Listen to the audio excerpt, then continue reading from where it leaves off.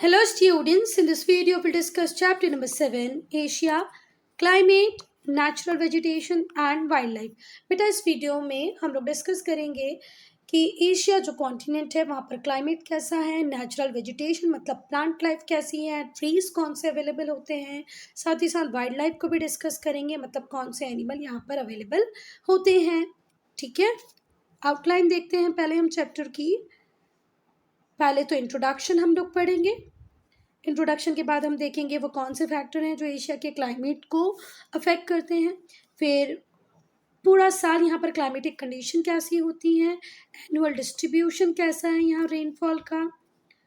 ठीक है, types of climate, अब एशिया में आपको टुंड्रा टाइप ऑफ क्लाइमेट भी मिलेगा, टेम्परेट भी मिलेगा, ट्रॉपिकल भी मिलेगा, डेजर्ट भी मिलेंगे और इक्वेटोरियल टाइप ऑफ क्लाइमेट भी आपको मिल जाएगा यहाँ पर।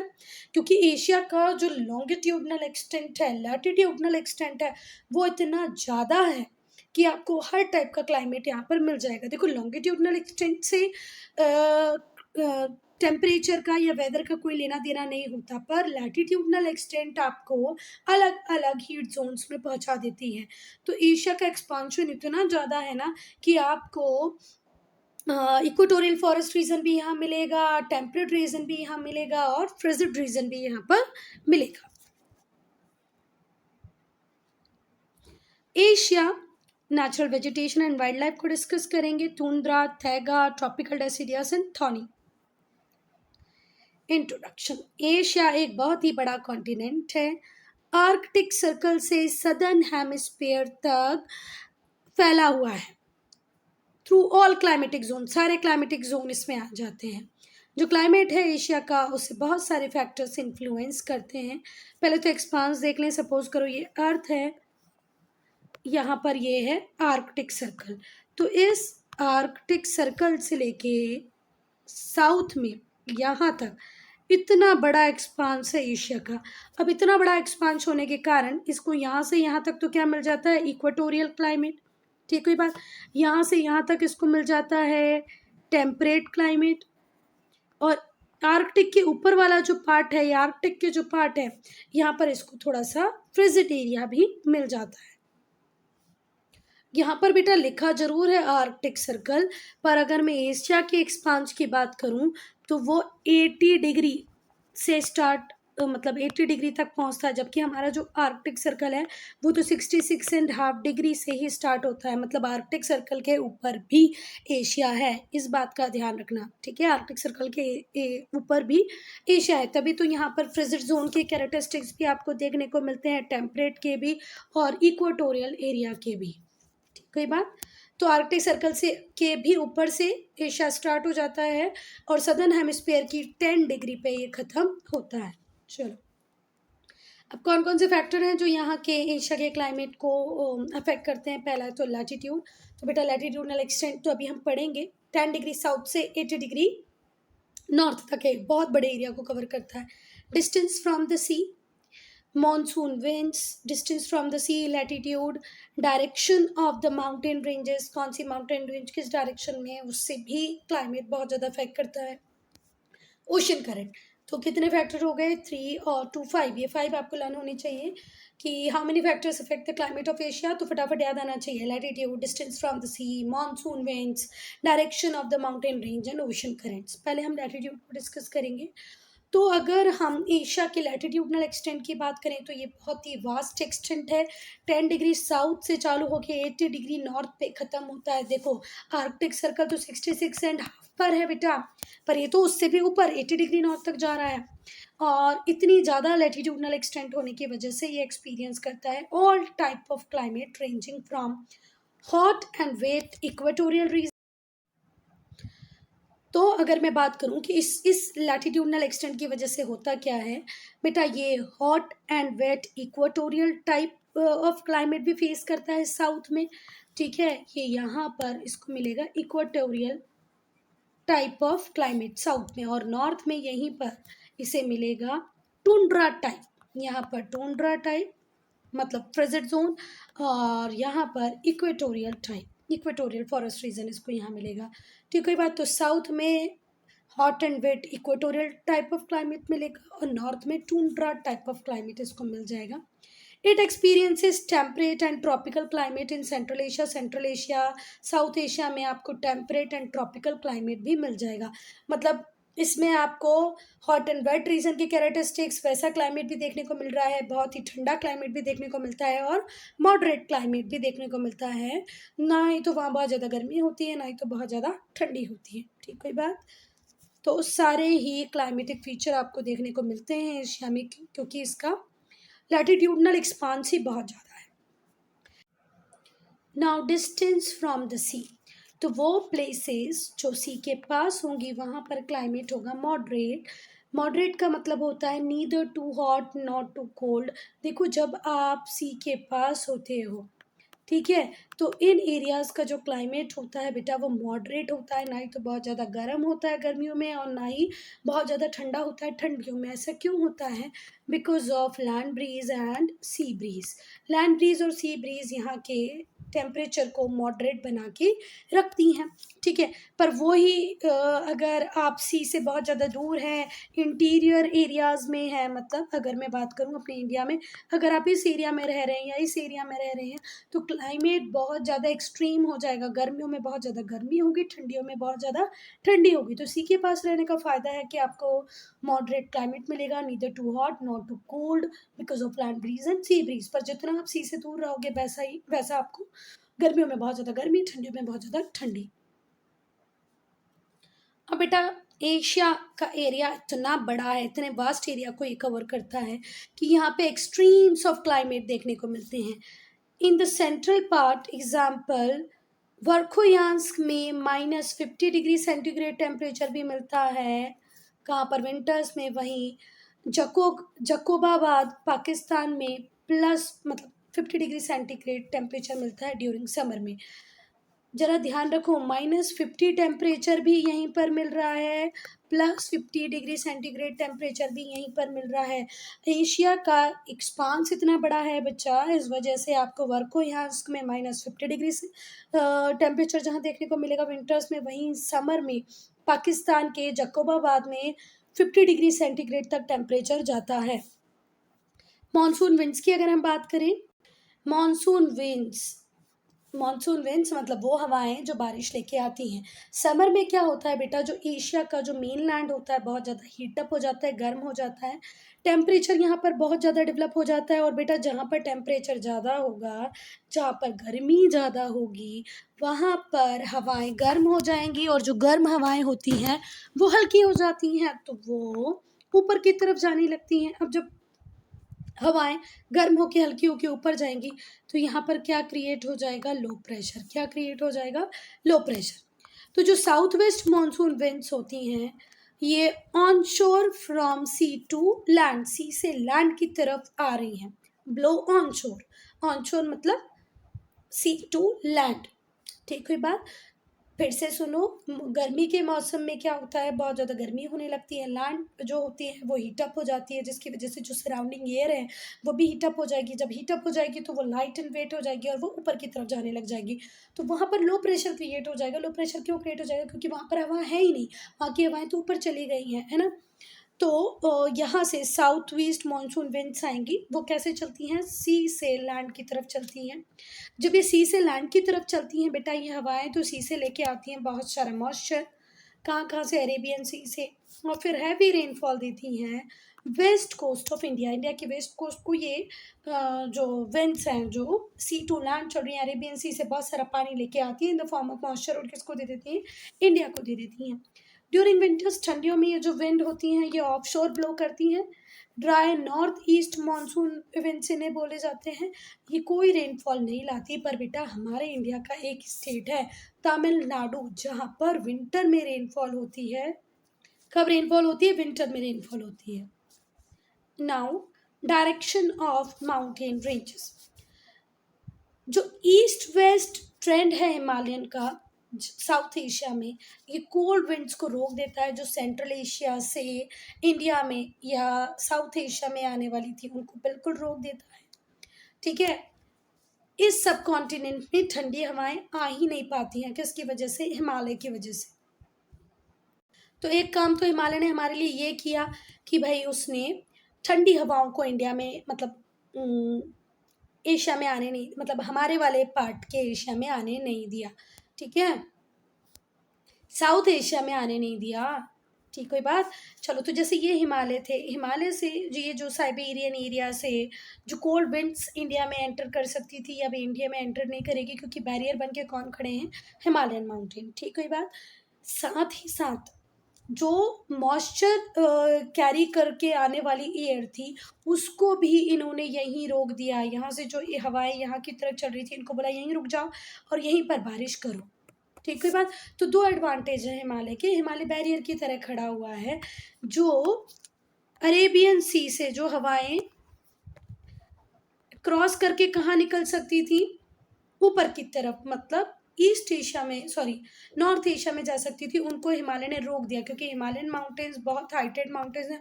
उन्होंने बोला कहाँ जा रही हो, चलो रुको, यहीं बारिश करो। तो इंडियन मेन लैंड को बहुत सारी बारिश मिल जाती है बिकॉज ऑफ हिमालय। फिर दूसरा, यही हिमालय कोल्ड विंड्स को रोक लेते हैं कि भाई तुम इंडिया नहीं जा सकती, चलो यहीं रहो। तो हिमालय की हाइट ज़्यादा अच्छी होने की वजह से हमें दोनों साइड से फ़ायदा होता है, वहाँ से ठंडी हवाएं नहीं आती, यहाँ से पानी वाली जो हवाएं होती हैं वो हमें ही पानी दे के जाती हैं। Ocean currents, cold ocean currents भी होती हैं, वार्म ओशन करंट भी होती हैं, ये भी किसी पर्टिकुलर एरिया के क्लाइमेट को अफेक्ट कर सकती हैं। Cold Oyashio current, cold Oyashio current जो है, जो कि नॉर्थ से आती है और वेस्टर्न कोस्ट ऑफ जापान को वॉश करती है, ये जापान के क्लाइमेट को बहुत ज़्यादा ठंडा बना देती है।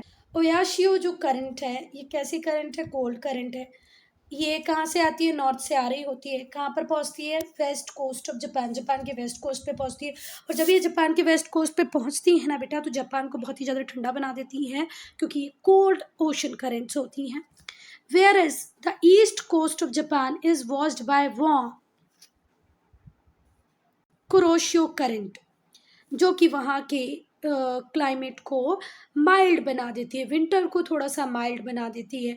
तो दो ओशन करंट हैं और दोनों में हमने किसका एग्जाम्पल पढ़ा, जापान का, कि एक करंट होती है जो बहुत ठंडी होती है जिसका नाम है ओयाशियो, वो जापान को बहुत ज़्यादा ठंडा कर देती है, वहाँ के क्लाइमेट को बहुत ज़्यादा ठंडा करने का काम करती है, एक्सट्रीमली कोल्ड बना देती है। पर वहीं पर ईस्ट कोस्ट पे आती है कुरोशियो, ये ठंडियों को थोड़ा सा माइल्डर बना देती है क्योंकि ये वार्म ओशन करंट्स होती हैं। तो ओशन करंट का भी एक इम्पॉर्टेंट रोल होता है, आप किस रीजन में रह रहे हैं, उस रीजन में अगर वार्म ओशन करंट होगी तो क्लाइमेट थोड़ा सा गर्म हो जाएगा, कोल्ड ओशन करंट होगी तो क्लाइमेट थोड़ा सा ठंडा हो जाएगा। अब क्लाइमेटिक कंडीशंस कैसी होती हैं पूरा साल, वो हम देखेंगे। Summer conditions in Asia, during summer जब गर्मियाँ आती हैं तो सन डायरेक्टली ओवरहेड होता है ट्रॉपिक ऑफ कैंसर के। ये आप लोगों ने अर्लियर क्लासेस में पढ़ा होगा कि 6 मंथ जो अपरेंट मूवमेंट होती है ओवरहेड सन रेज होती हैं, वो किसके ऊपर होती हैं, इक्वेटर के ऊपर होती हैं। Rest of the 3 month tropic of cancer पे और rest of the 3 month tropic of capricorn पे, 12 मंथ टोटल होते हैं। 3 महीने ट्रॉपिक ऑफ कैंसर के ऊपर अपरेंट मूवमेंट सन की डायरेक्ट रेज होती है, 3 मंथ ट्रॉपिक ऑफ कैंसर के ऊपर होती है और बाकी के बचे हुए 6 मंथ इक्वेटर पे होती हैं, ठीक है बात। तो जब हम समर्स की बात करें तो समर्स में जो सन की डायरेक्ट रेज होती हैं वो किसके ऊपर होती है, ट्रॉपिक ऑफ कैंसर के ऊपर होती है, मतलब main land mass of Asia की तरफ होती है। जो सराउंडिंग सीज होती हैं वो कूलर होती हैं जिसकी वजह से वहाँ पर हाई प्रेशर डेवलप होता है। Since the winds blow over the ocean, और ओशन से ब्लो करती हुई ये जो हवाएं आती हैं ये सी से, ओशन से बहुत सारा मॉइस्चर लेके आती हैं और साउथ एशिया को देती हैं हैवी रेनफॉल, ठीक है बात। देखो हम एग्जाम डायग्राम से समझते हैं, ये है इंडिया, यहाँ पर है बे ऑफ बंगाल, यहाँ पर है अरेबियन सी, यहाँ पर है इंडियन ओशन, ये रही ट्रॉपिक ऑफ कैंसर। इस ट्रॉपिक ऑफ कैंसर पे जब अपरेंट मूवमेंट ऑफ सन होती है, डायरेक्ट सन की रेज होती है, तो यहाँ पड़ती है भयंकर गर्मी। इस गर्मी के कारण और यहाँ पर थार डेजर्ट होने के कारण तेजी तेजी से हवाएं ऊपर की तरफ चलने लगती हैं। जब ये हवाएं ऊपर की तरफ चलती हैं तो यहाँ पर एक वैकेंसी क्रिएट हो जाती है, लो प्रेशर क्रिएट हो जाता है। अब ये हवाएं फटाफट से आएंगी इस लो प्रेशर को फिल करने के लिए कि चलो यार भैया वहाँ पर हवाएं कम बची, हम चलते हैं दौड़ दौड़ के और उसको फिल करते हैं। तो यहाँ पर मिलेगा इनको ओशन, तो ये ओशन से क्या उठा लेंगे, मॉइस्चर, और मॉइस्चर उठा के जब ये इंडिया में आएंगी माउंटेन से टकराएंगी तो हमें दे देंगी हैवी रेनफॉल। क्या दे देंगी बेटा, हैवी रेनफॉल, ठीक है बात। और इन्हें कहा जाता है साउथ वेस्ट मानसून विंड्स, क्योंकि ये ब्लो होती हैं south west to north east. South west से बहती हुई चलती हुई ये किसकी तरफ जाती है, नॉर्थ ईस्ट की तरफ। देखो बेटा, ये नॉर्थ होता है, ये साउथ होता है, ये ईस्ट होता है, ये वेस्ट होता है, तो ये नॉर्थ वेस्ट की तरफ से आती है, सॉरी साउथ वेस्ट की तरफ से आ रही हैं और कहाँ जा रही हैं, नॉर्थ ईस्ट की तरफ। चलो अब हम लोग देखेंगे winter conditions in Asia. Asia winter की कंडीशन कैसी होती हैं। तो स्टूडेंट्स अब विंटर की कंडीशन भी बता दी हैं, तो एक बार हम डायग्राम बना ही लेते हैं। ये है सन, ये है अर्थ, ये है अर्थ। तो यहाँ पर अपरेंट मूवमेंट इक्वेटर पे होती है, ठीक हुई बात। ये यहाँ पर जो सन की अपरेंट मूवमेंट होती है वो ट्रॉपिक ऑफ कैप्रिकॉर्न के ऊपर होती है। यहाँ पर जो अपरेंट मूवमेंट होती है सन की, ये एक्सिस है, यहाँ पर होती है ट्रॉपिक ऑफ कैंसर के ऊपर। ये लाइन कौन सी होती है, कैंसर। ये लाइन कौन सी होती है, कैप्रिकॉर्न। ये लाइन कौन सी होती है, कैप्रिकॉर्न। और ये होती है कौन सी, कैंसर। तो गर्मियों की बात जब हमने की, तो ये जो सन है उसकी डायरेक्ट मूवमेंट किसके ऊपर होती है, ट्रॉपिक ऑफ कैंसर के ऊपर। तो हमारे यहाँ इंडिया में क्या होती है, गर्मी।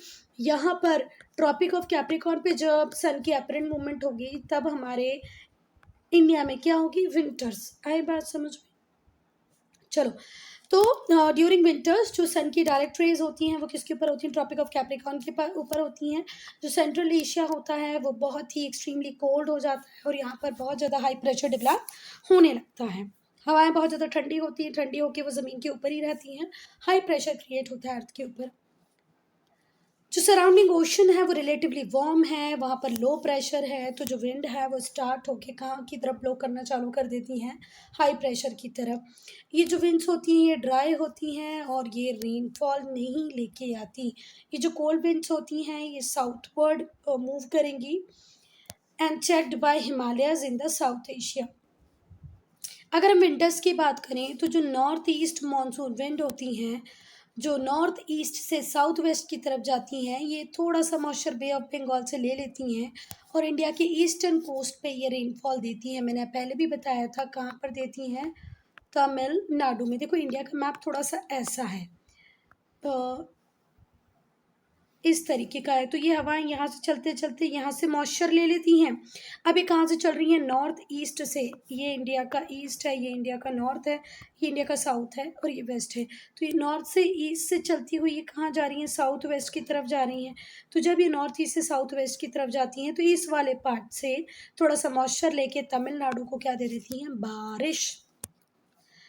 In the south west part of Asia, Asia के साउथ वेस्टर्न पार्ट में वेस्टर्न डिस्टर्बेंस भी होते हैं, जो एक्चुअल में कहाँ हो रहे होते हैं, मेडिटेरेनियन सी में होते हैं, एक्सक्यूज में, जिनका इम्पैक्ट इंडिया तक आता है, मतलब एशिया तक आता है। और एशिया में क्या लेके आते हैं, रेनफॉल। देखो यहाँ पर यूरोप के नीचे यहाँ पर मेडिटेरेनियन सी है, यहाँ पर ये वेस्टर्न डिस्टर्बेंसेस होते हैं और ये धीरे धीरे धीरे करके कहाँ आ जाते हैं, एशिया में आ जाते हैं। और ये एशिया में क्या लेके आते हैं, रेनफॉल। बेटा इस चैप्टर को पढ़ाने के पहले मुझे ऐसा लगता है आप लोगों को क्लाइमेट वाला चैप्टर एक बार फिर से अच्छे से पढ़ना चाहिए। जब आपको क्लाइमेट क्लियर होगा ना तो ये सारी चीज़ें पहले क्लियर हो जाएगी। क्लाइमेट में हम देखते हैं वेस्टर्न साइक्लोनिक डिस्टर्बेंसेस कहाँ से होते हैं, मेडिटेरेनियन सी से ओरिजिनेट होते हैं, फिर धीरे धीरे वो एशिया की तरफ मूव करते हैं, मतलब इंडिया की तरफ भी आते हैं, है ना। इंडिया में MP, UP, पंजाब, हरियाणा में विंटर रेनफॉल देते हैं। Now annual distribution of rainfall in Asia. कुछ एरियाज़ होते हैं जहाँ पर बहुत हैवी रेनफॉल होती है, मतलब कितनी 200 सेंटीमीटर से भी ज़्यादा। वो एरिया है equatorial region, southern Himalaya, coastal region of south east Asia. तो ये आपको लर्न करना है, इसमें मेरे समझाने का कुछ भी नहीं है बेटा। 200 सेंटीमीटर से ज़्यादा रेनफॉल एशिया में कहाँ कहाँ पर होती है, इक्वेटोरियल रीजन में होती है, हिमालय के सदर्न रीजन में होती है, कोस्टल रीजन में होती है, साउथ ईस्ट एशिया के। साउथ ईस्ट एशिया का कोस्टल रीजन 200 सेंटीमीटर से ज़्यादा रेनफॉल रिसीव करता है, सदर्न हिमालय करते हैं और इक्वेटोरियल रीजन करते हैं। मॉडरेट रेनफॉल मतलब 100 से 200 सेंटीमीटर की अगर हम बात करें तो वो होती है नॉर्थ ईस्ट इंडिया में, साउथ ईस्ट एशिया में, सेंट्रल एंड सदर्न चाइना में, फिलीपींस में, चाइना में। तो Philippines, Japan, southern China, central China, south east Asia, यहाँ पर जो रेनफॉल होती है वो 100 से 200 सेंटीमीटर होती है। ये लर्न करना है बेटा आपको। मॉडरेट रेनफॉल में देखो याद रखना, जापान आएगा, फिलीपींस आएगा, सदर्न एंड सेंट्रल चाइना आएगा और साउथ ईस्ट एशिया आ जाएगा। अब लो रेनफॉल एरिया कौन से हैं, तो वो है south west Asia, central Asia, Siberia, the plateaus of central highland. Central highland के प्लेट्यूज पे कम बारिश होती है, साइबेरिया में कम हो रही, सेंट्रल एशिया में कम हो रही, साउथ वेस्ट एशिया में भी कम हो रही, बिल्कुल इतनी कम कि 50 सेंटीमीटर से भी कम। अब हाई रेनफॉल, एक्सट्रीमली हाई, जहाँ भयंकर ही बारिश होती है, तो वो है हमारे इंडिया का मौसिनराम। मेघालय स्टेट है इंडिया में, वहाँ पर मौसिनराम है जहाँ पर सबसे ही ज़्यादा रेनफॉल होती है। More than 1000 centimetre of average annual rainfall. Annually ये कितनी एवरेज रेनफॉल रिसीव करता है, 1000 सेंटीमीटर। कौन, मौसिनराम। तो यहाँ से question, 1 mark question, fill in the blanks objectives बनने के चांसेस बनते हैं बेटा कि सबसे हाईएस्ट रेनफॉल एशिया में कहाँ पर होती है, तो वो होती है मौसिनराम। मौसिनराम किस स्टेट में, मेघालय में। कितनी होती है, 1000 सेंटीमीटर से भी ज़्यादा। और सबसे कम की बात करें तो वो है अरेबियन डेजर्ट। अरेबियन डेजर्ट में ये 25 सेंटीमीटर या उससे भी कम होती है, या कई बार बारिश होती ही नहीं है। अब हम क्लाइमेट पढ़ेंगे बेटा एशिया का, कि कौन कौन से क्लाइमेट एशिया में आपको मिलेंगे। तो पहला मिलेगा टुंड्रा टाइप, दूसरा टेम्परेट टाइप, तीसरा ट्रॉपिकल टाइप, चौथा डेजर्ट और पांचवा equator. Equatorial type, desert type, tropical type, temperate type and tundra type. चलो, तो पहले टुंड्रा टाइप ऑफ क्लाइमेट को पढ़ेंगे। तो पहले तो हम एरिया देख लेते हैं, टुंड्रा टाइप में वो एरिया कौन सा आएगा। तो वो एरिया होगा beyond Arctic circle including northern parts of Russia. Russia का नदर्न पार्ट और आर्कटिक सर्कल के भी बियॉन्ड, मतलब हम इस पार्ट की बात करें, ये वाले पार्ट की, ठीक है। एशिया का ये वाला जो पार्ट है, यहाँ पे हमें मिलेगा tundra type of climate. Climate कैसा होता है बच्चा, बहुत ज़्यादा ठंडी होती है, बहुत ही ज़्यादा ठंडी होती है। इस रीजन में विंटर्स लॉन्ग होती है एंड सीवियर होती हैं, तो बहुत लंबे टाइम तक विंटर सीजन चलता है और बहुत सीवियर होता है। समर्स बहुत शॉर्ट होती हैं और समर भी कूल होती हैं। समर में भी, समर मतलब गर्मी में भी वहाँ गर्मी नहीं होती। ये हमेशा स्नो से कवर रहता है क्योंकि फ्यू मंथ ही समर होती है, और समर में भी हीट की इंटेंसिटी इतनी ज़्यादा नहीं होती है कि वो आइस को मेल्ट कर पाए। प्रेसिपिटेशन होता है पर स्नो के फॉर्म में होता है, मतलब बारिश नहीं पड़ती है, स्नोफॉल होता है, ठीक है। कहाँ पर, टुंड्रा रीजन में। अब मैं बोलूँ टुंड्रा रीजन में कैसा क्लाइमेट है, तो विंटर बहुत ज़्यादा लॉन्ग होगी, सीवियर होंगी। गर्मियाँ, समर्स शॉर्ट होंगे और कूल होंगे। और प्रेसिपिटेशन होगा स्नो के फॉर्म में, कहाँ पर, Arctic Circle and beyond it. Not temperate desert type climate. अब टेम्परेट डेजर्ट टाइप क्लाइमेट में क्या होता है बच्चा, ये वो एरिया है जिसको कवर करता है हमारा स्टेप्स और मंगोलिया। चाइना के ऊपर है मंगोलिया, और मंगोलिया के ऊपर रशिया लग जाता है। रशिया में है स्टेप्स रीजन। तो जहाँ पर स्टेप रीजन है, जहाँ पर मंगोलिया है, वो वहाँ पर होता है टेम्परेट डेजर्ट टाइप क्लाइमेट। यहाँ पर जो समर्स होती हैं वो हॉट होती हैं और बहुत कम होती है यहाँ पर रेनफॉल। विंटर्स यहाँ पर कोल्ड होती हैं और टेम्परेचर फ्रीजिंग पॉइंट से भी नीचे चला जाता है। For 7 month during the year, summer तो हॉट होगी, पर जब विंटर सीजन होगा तो जो टेम्परेचर है वो फ्रीजिंग पॉइंट से भी नीचे चला जाता है। और लगभग विंटर 7 महीनों तक होती है। कहाँ पर, टेम्परेट टाइप ऑफ क्लाइमेट में। ट्रॉपिकल मानसून टाइप कहाँ कहाँ देखने को मिलेगा, हमारे India, Sri Lanka, Bangladesh, Pakistan, Myanmar, Thailand, Cambodia, Laos, Vietnam, south China and parts of Philippines. तो ये अपना वाला एरिया आ जाता है। हमारे सारे नेबर्स के नाम लिख देना। ट्रॉपिकल मानसून टाइप में आपको, अगर इंडिया के नेबर पता है तो बस काम खत्म। देखो, इंडिया, श्रीलंका, बांग्लादेश, पाकिस्तान, म्यांमार, फिर इसके अलावा ये लर्न कर लेना Thailand, Cambodia, Laos, Vietnam, south China और फिलीपींस के पास। क्लाइमेट कैसा होता है, तो एरिया तो याद हो ही गए होंगे। हमारे नेबर्स में आपको लाओस, कंबोडिया, वियतनाम और जोड़ना, फिलीपींस के पार्ट्स और लिख देना। क्लाइमेट कैसा होता है भाई, तो क्लाइमेट ऐसा होता है कि गर्मियों में होती है गर्मी, ठंडियों में होती है ठंडी, और डिस्टिंक्ट रेनी सीजन होते हैं, ठीक है। Summer are hot, winters are cool, और अलग अलग रेनी सीजन होंगे। South west monsoon wind summers में साउथ वेस्ट से नॉर्थ ईस्ट की तरफ चलती हैं और ये रेनफॉल लेके आती हैं इन एरियाज में, कहाँ पर, इंडियन सब कॉन्टिनेंट में। विंटर्स में ये जो विंड्स होती हैं ये ऑफशोर चलने लगती हैं और थोड़ी बहुत रेनफॉल देती हैं। देखो समर्स में इनकी डायरेक्शन ये होती है इन हवाओं की, और विंटर्स में इनकी डायरेक्शन इस साइड होने लगती है। तो कई बार ये हवाएं बारिश देती हैं, लौटती हुई हवाएं, और कई बार नहीं देती है। ऑन शोर में हमें बहुत बारिश मिलती है, ऑफ शोर में बहुत कम। डेजर्ट टाइप कहाँ कहाँ मिलेगी बच्चा? Area Arabian desert in Saudi Arabia, Thar desert in India and Pakistan. India और पाकिस्तान का थार डेजर्ट, सऊदी अरेबिया का अरेबिया डेजर्ट। यहाँ पर क्लाइमेट मिलेगा कैसा? Desert type. क्लाइमेट कैसा होता है बच्चा? गर्मियाँ होती हैं बहुत ही गर्म, बारिश होती है बहुत कम, तभी तो डेजर्ट है ना। अगर बारिश ज़्यादा हो जाती है तो डेजर्ट थोड़ी रहता। Climate cool in winters, hot in summers और वेरी लिटिल रेनफॉल। जो डिफरेंस होता है डे टेम्परेचर और नाइट टेम्परेचर में बहुत ज़्यादा हाई होता है। दिन का टेम्परेचर 50 डिग्री तक चला जाता है और नाइट का टेम्परेचर 25 डिग्री या उससे भी कम रहता है। तो यहाँ पर टेम्परेचर में डिफरेंस, वेरिएशन बहुत ज़्यादा होता है डे और नाइट के। The range of temperature is high, मतलब दिन में 45 है, रात में 25 हुआ तो लगभग 25 की रेंज होती है यहाँ पर किसकी? टेम्परेचर की। ना इक्वाटोरियल टाइप, अगर हम एरिया की बात करें तो ये एरिया कौन सा होगा? 10 डिग्री नॉर्थ से 10 डिग्री साउथ तक का जो एरिया होता है उसे हम बोलते हैं equatorial type of climate. Indonesian island, Malaysian peninsula, Sri Lanka, parts of Philippines. क्या क्या आएगा इसमें? इंडोनेशियन आइलैंड्स आएंगे, मलेशियन पेनिनसुला आएगा, श्रीलंका आएगा और फिलीपींस के सदर्न पार्ट्स आएंगे। मतलब ये वाला एरिया, इतना सा एरिया यहाँ पर, ठीक है। Malaysia, Indonesia and Philippines. Climate कैसा होगा बेटा? इक्वेटोरियल टाइप ऑफ क्लाइमेट होगा।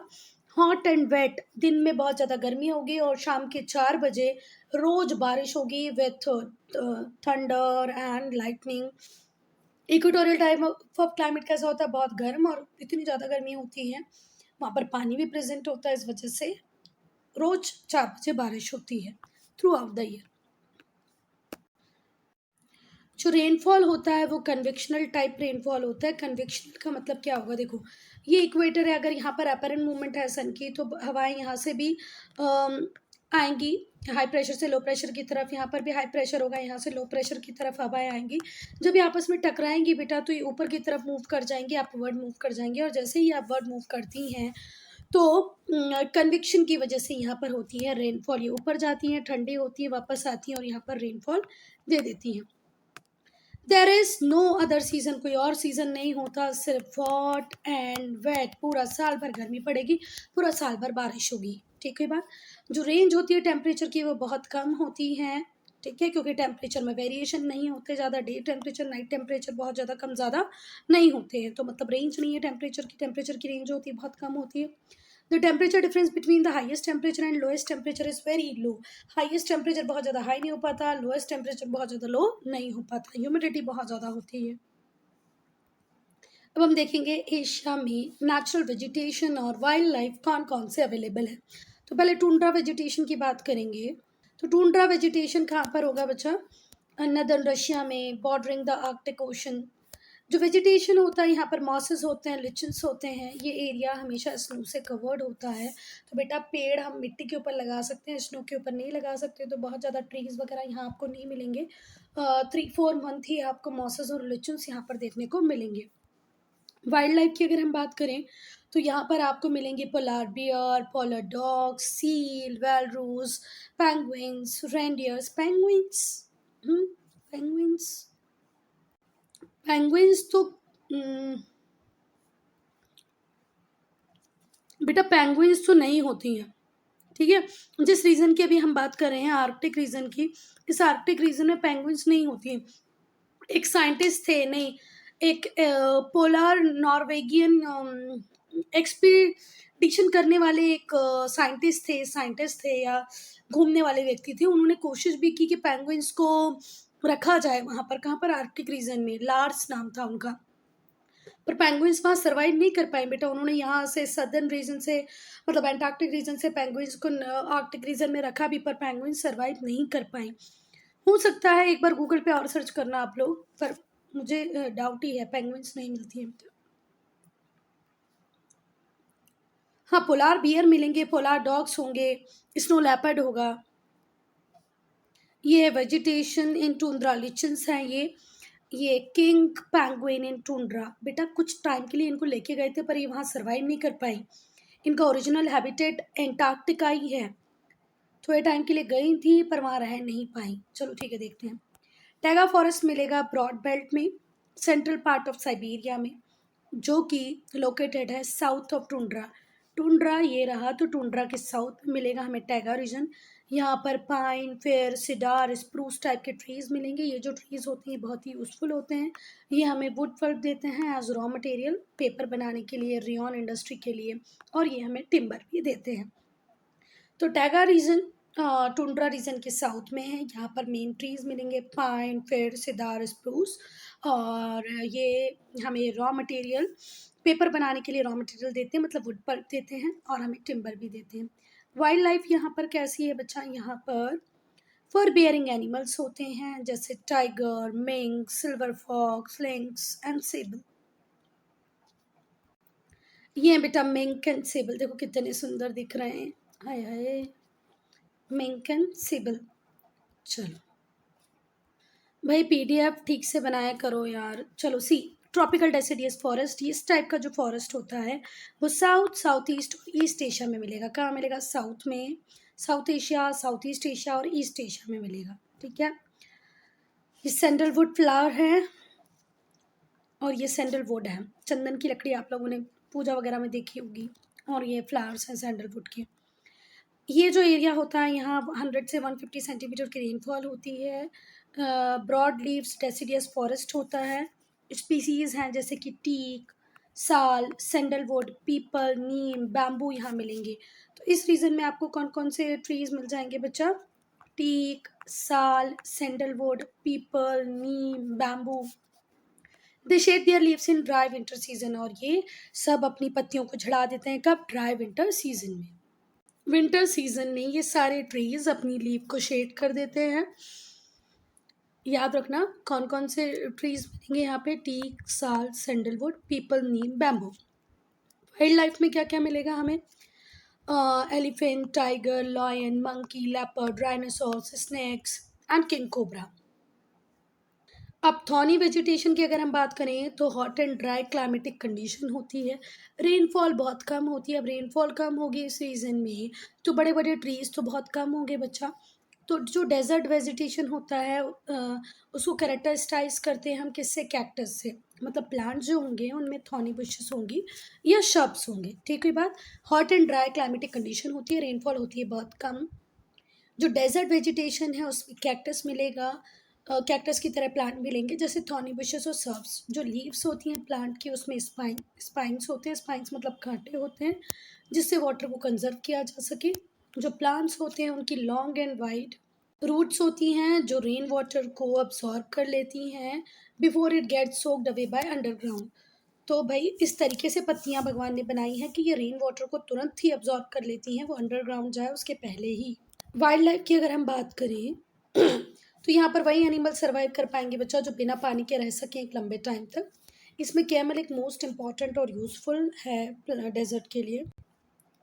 देन इक्वाटोरियल एवरग्रीन फॉरेस्ट, ये जो फॉरेस्ट होते हैं यहाँ पर बहुत ज़्यादा हैवी रेनफॉल होती है, हॉट एंड वेट क्लाइमेट होता है। ये जो फॉरेस्ट होते हैं ये इसलिए होते हैं क्योंकि यहाँ पर लार्ज अमाउंट में रेनफॉल होती है। ठीक है, और गर्मी भी बहुत होती है। पेड़ों को क्या चाहिए? सनलाइट और रेनफॉल, दोनों ही चीज़ें यहाँ होती है।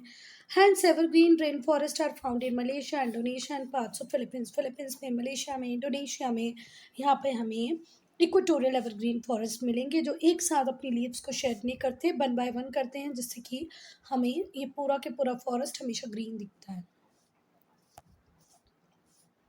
इन फॉरेस्ट में बहुत सारे ट्रीज होते हैं, palm, ferns with dense under growth of shrubs. देखो यहाँ तो ऐसे ट्रीज होंगे और ट्रीज के बाद यहाँ भी छोटे छोटे शर्ब्स लगे होंगे, क्रीपर्स होंगे।